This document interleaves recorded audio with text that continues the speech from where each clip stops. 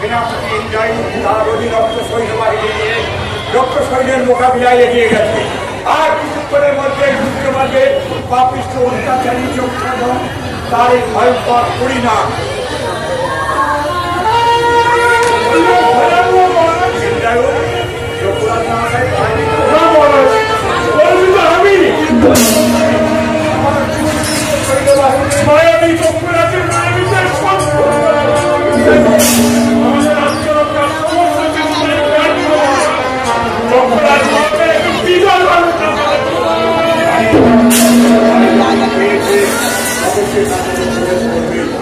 তাই বলছি মহারাজ, মহারাজ দাসের দাসের করবি, আপনি রাজকুমারকে নিয়ে আমাকে চলে যেতে বলছি।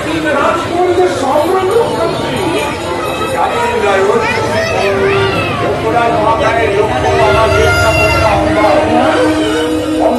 মুক্ত হয়ে লঙ্কনটা পানির কাপ করায় সে আগে সে চায় জোর করে অনুরোধ করছি মহারাজ, এক মুহূর্ত আমার পাশে অপেক্ষা করা উচিত নয়। যক্ষরাজ মহাকায়ে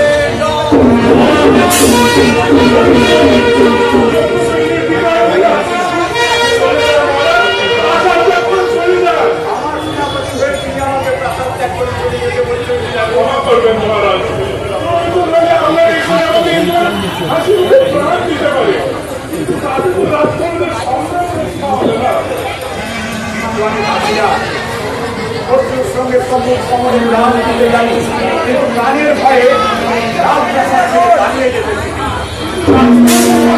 রাজকুমারীদের কথা ভাবো, হরিয়াদ মহাকায়ের গর্ভকে মাটিতে লুকিয়ে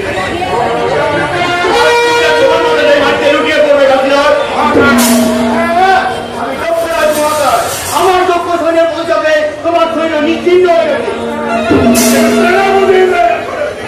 সেনাপতি ইন্দ্রায়ণ, তুমি এর গোলায় বাবুনের মতো এক মুষ্টি মাটির মতো তোমরা নিশ্চিন্ন হয়ে যাবে। এই নম্বর তোমার অধীনে শব্দ হবে মহাকায়। আমার এই দক্ষ শব্দ করে কাছে কাছে কারো হবে না, নিশ্চয়ই হবে।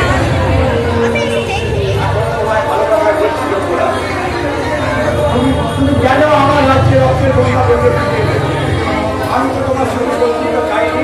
তুমি ফিরে যাও মহাকায়। আমি ফিরে যেতে হলে রিক্ত হাতে ফিরে যাবো না কাছে। আমি তোমাকে ভালো কথা বলছি, তোমার কন্যা হওয়াকে আমার হককে সমর্পণ করো, তাহলে আমি এই মুহূর্তে যুদ্ধ বন্ধ করে আমি আমার রাজ্যে ফিরে যাবো। নাবালিকা নয়, তোমাকে সামনে বরঞ্চি জায়গা বলেই বলপূর্ব তাকে আমি আমার চাকরিতে নিয়োগ করতে চাই। একদিন দুরক্ত থাকতে কিছুতেই তার জন্য আমাকে খড়মের হাতে তুলে দেবে না। আর হরি রক্তে আমি রাজকুমারীদের কত ধ্বংস করে দেবই। আমি ভাবছি আপনি কেন প্রভু অষ্টধার নাইতে পারছো, আজ রায়পুর রক্ত দেবো, তাই আমার রক্ত দেবো। আমার প্রভু কাশীরাজের রক্ত দেবো না। আয় বিদ্য, তুমি রক্ত তুলে নিতে হবে।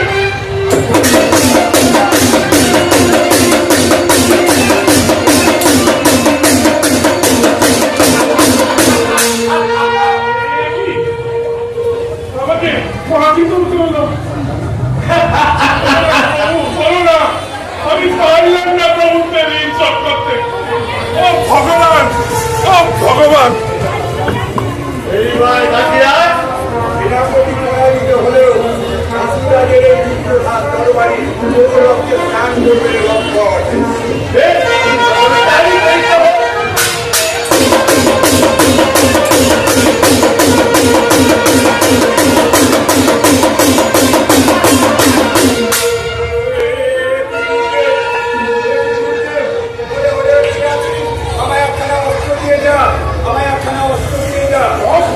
কি করবে কাশীরাজ? এই দক্ষরাজ মহাশয় বড় বলে পরিচয় তুমি পেলে, এখন যদি প্রাণের মমতা থাকে কয়েকবার রাজকুমার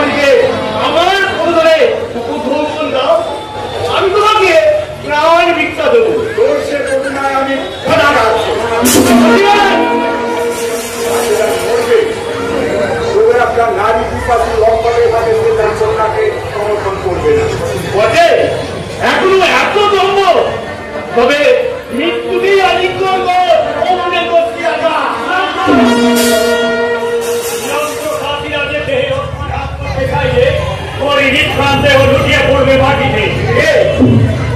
বিষয়টা খুব একটা মুখরোচক হবে না বলবো, জানতে যখন চাও তো শুনে রাখো। আমি বলছি না যুবরাজ ভীষ্ম।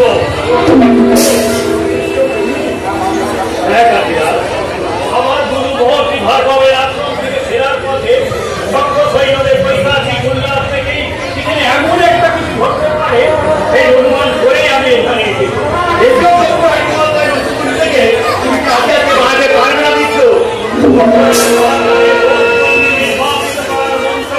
এই বিশ্ব জানে গঙ্গার যুদ্ধ করে তোমার পর্দা বিমানটি স্পর্শ করেছে। আমার মায়ের পরিচয় করতে নেই, তাহলে এটাও জেনে রাখো, ধর্মের সেবা, বিপন্নের উদ্ধার আর দুর্বলে রক্ষা করে বিশ্বের জীবনের মহান কর্ম। যদি প্রাণে মায়া থাকে এখনই নত দিনে কাশি রাজপ্রাসাদ পরিত্যাগ করে চলে যাও। নতুবা এখান থেকে তুমি মাথা নিয়ে ফিরতে পারবে মাথা তোকেই দিতে হবে ধন্যবাদী নও। উত্তম, একই কাকে মাথা দিতে হয়।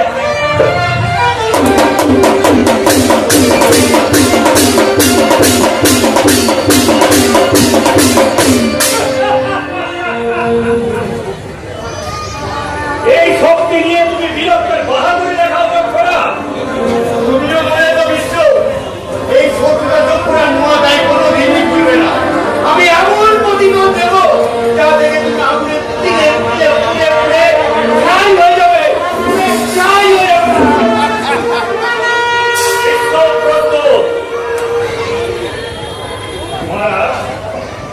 আমি বিপদমুক্ত, আমি এখন আসি। এত বড় উপকার করে তুমি যুক্ত হতে আমাদের উপর থেকে চলে যাবে। আপনি যা চাইবে তাই, রাজ্য, ঐশ্বর্য, সম্মান, ওই সবসময় সম্মানের আমার অভাব নেই। আর রাজ্যনিষ্ঠা থাকলে স্বেচ্ছায় ভাই চিন্তা জীবনকে হত্যার সিঙ্গল করে বসিয়ে আমি রাজ অভিযোগ গ্রহণ করলাম। তা আমি জানিয়ে দিচ্ছি, সর্বত্যাগী সন্ন্যাসী করে এই ভীষণ প্রতিষ্ঠা করার জন্য তুমি আর বুঝতে রাজ্যই যদি কিছু দিতে চান চাই আপনার আশীর্বাদ। আপনি আমার গুরুজন, আমাকে আশীর্বাদ করুন মহারাজ। প্রাণ দিয়েও যেন আমি প্রতিজ্ঞার মান রক্ষা করতে পারি।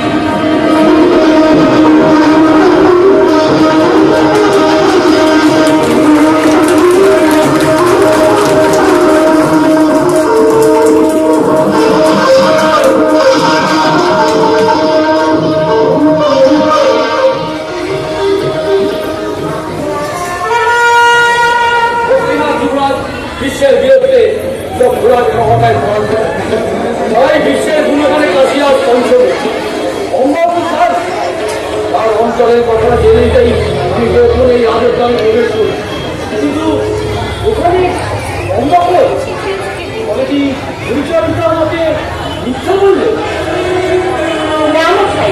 যা বলেছিল একেবারে সত্যি। এই যে অম্বা, আমি তোমার জন্যই চোরের মতো রাজত্বে লুকিয়ে থাকে, কিন্তু শোভা পায় না সৌভাগ্যবতী। বহুমতি ছাড়লো আর তোমার প্রেমের কিন্তু রাজকুমারী অম্বা যদি তোমার প্রেমের ভিখারিণী না হয়, তাহলে কি বুঝবো বিশ্বের বিরুদ্ধে তুমিও মুক্ত পাওয়াটাই কি অস্বাভাবিক নয়? উপকারটা কিন্তু কম নয়। আমার তোমার করেছে যার প্রতিদান তুমি আমার অন্তরের ভালোবাসাকে অস্বীকার করতে চাও। উপকারটা কম নয় মশাই, উপকারটা কম নয়।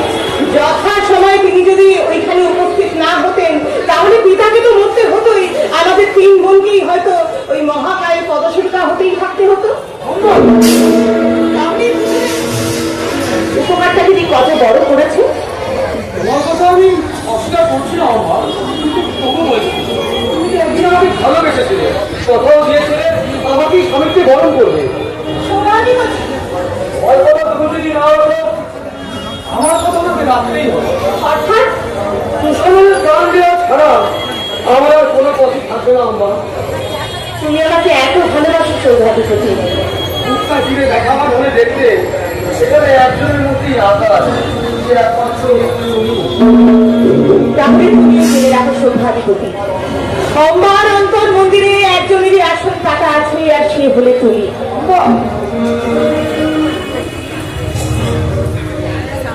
হস্তিনার যুবরাজ ভীষ্মকে আমি পূজা করতে পারি, কিন্তু স্বামী রূপে কখনোই বরণ করতে পারবো না।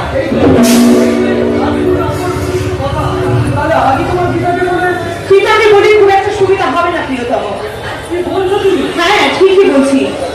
পিতা চান আমাকে অন্য পাত্রের হাতেই সম্প্রদান করতে, তবে ভাতার সময় কিছুই নেই তোমারই প্রতি। আমি যেমন করে পারি অম্বিকা অম্বালিকাকে বলে একসঙ্গে পিতাকে নিয়ে স্বয়ংবর সভার আয়োজন করতে বলবো। আয়োজন কেন করবে? আমরা দুজনে যখন পরস্পরকে ভালোবাসি তখন লোকাচারের মধ্যেই তো আমাদের বিবাহ হতে পারে। হ্যাঁ, তা হতেই পারে, কিন্তু তাদের পিতার আপত্তি থাকতে পারে। কিন্তু স্বয়ংবর সভায় যদি তুমি উপস্থিত হও, তাহলে অন্যান্য রাজা রাজাদের মধ্যে আমি আমার বরণমালাটি তোমার গলাতেই পরিয়ে দেবো, তখন আর পিতার কোনো আপত্তি টিকবে না।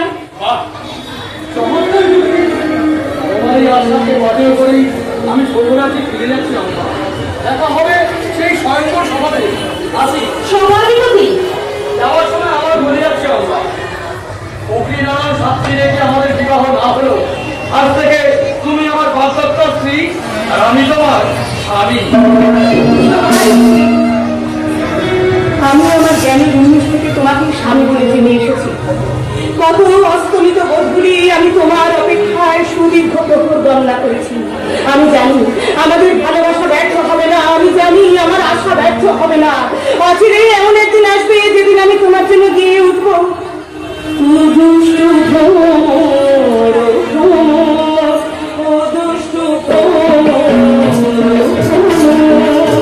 শুনে যাও একটি কথা, একটি কথা, শুনে যাও একটি কথা, একটি কথা, ও দুষ্টু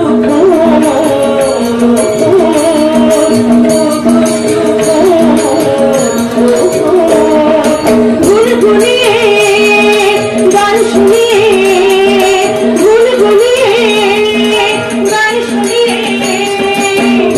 এলে যদি কুঞ্জ বনে, শুনে যাও একটি কথা, একটি কথা, ও দুষ্টু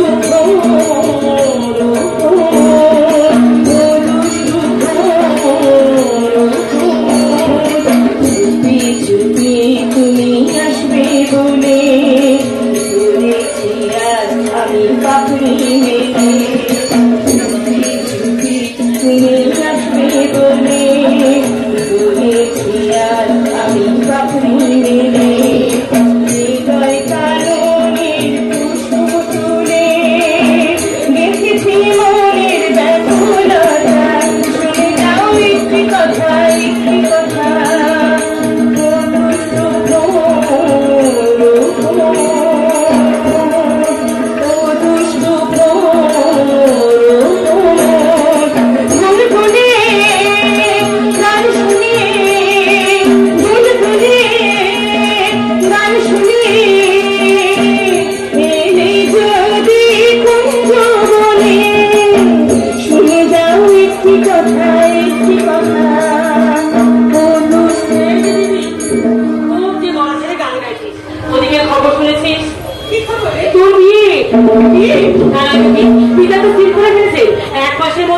আমাদের তিনজনকে পাঠ্যস্থ করে দেবেনি, তাই না?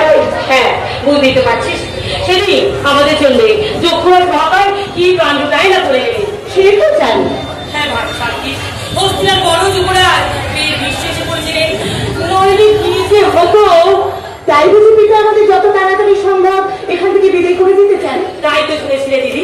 তোর বর কি হবে জানিস? সৌমপতি ছাড়লে নয় কিন্তু। চুপ কর, না করবো না, তবে পিতার মনোনীত পাত্রকে বিয়ে করবি তো?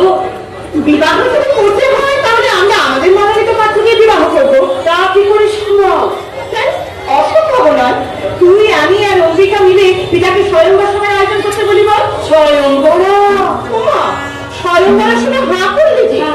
রাজকন্যাদের স্বয়ংবরা তো নতুন নয় অম্বিকা? নয়, কিন্তু আমার কিন্তু কিসে? দেখ না, আমরা তো এখন কচি খুবই নই, আমরা এখন স্বাভাবিকা হয়েছি। কাজেই আমাদের নিজেদের মনোনীত প্রার্থীকে বিবাহ করবার সম্পূর্ণ অধিকার আমাদের আছে। এবার সব কথাই বুঝতে পেরেছি। কি বুঝেছি? হ্যাঁ, বুঝতে পেরেছি। এই যে তুই সোজা কথায় বলতে চাইছিস, সৌমপতি ছাড়লোকেই তুই স্বামীকে বরণ করতে চাস। হ্যাঁ ঠিক তাই তাই তো বলতে হবে না বলতে হবে না, তোমরা বলার আগে অনুগ্রহ করে কাটিয়ে যেতে কে তুমি?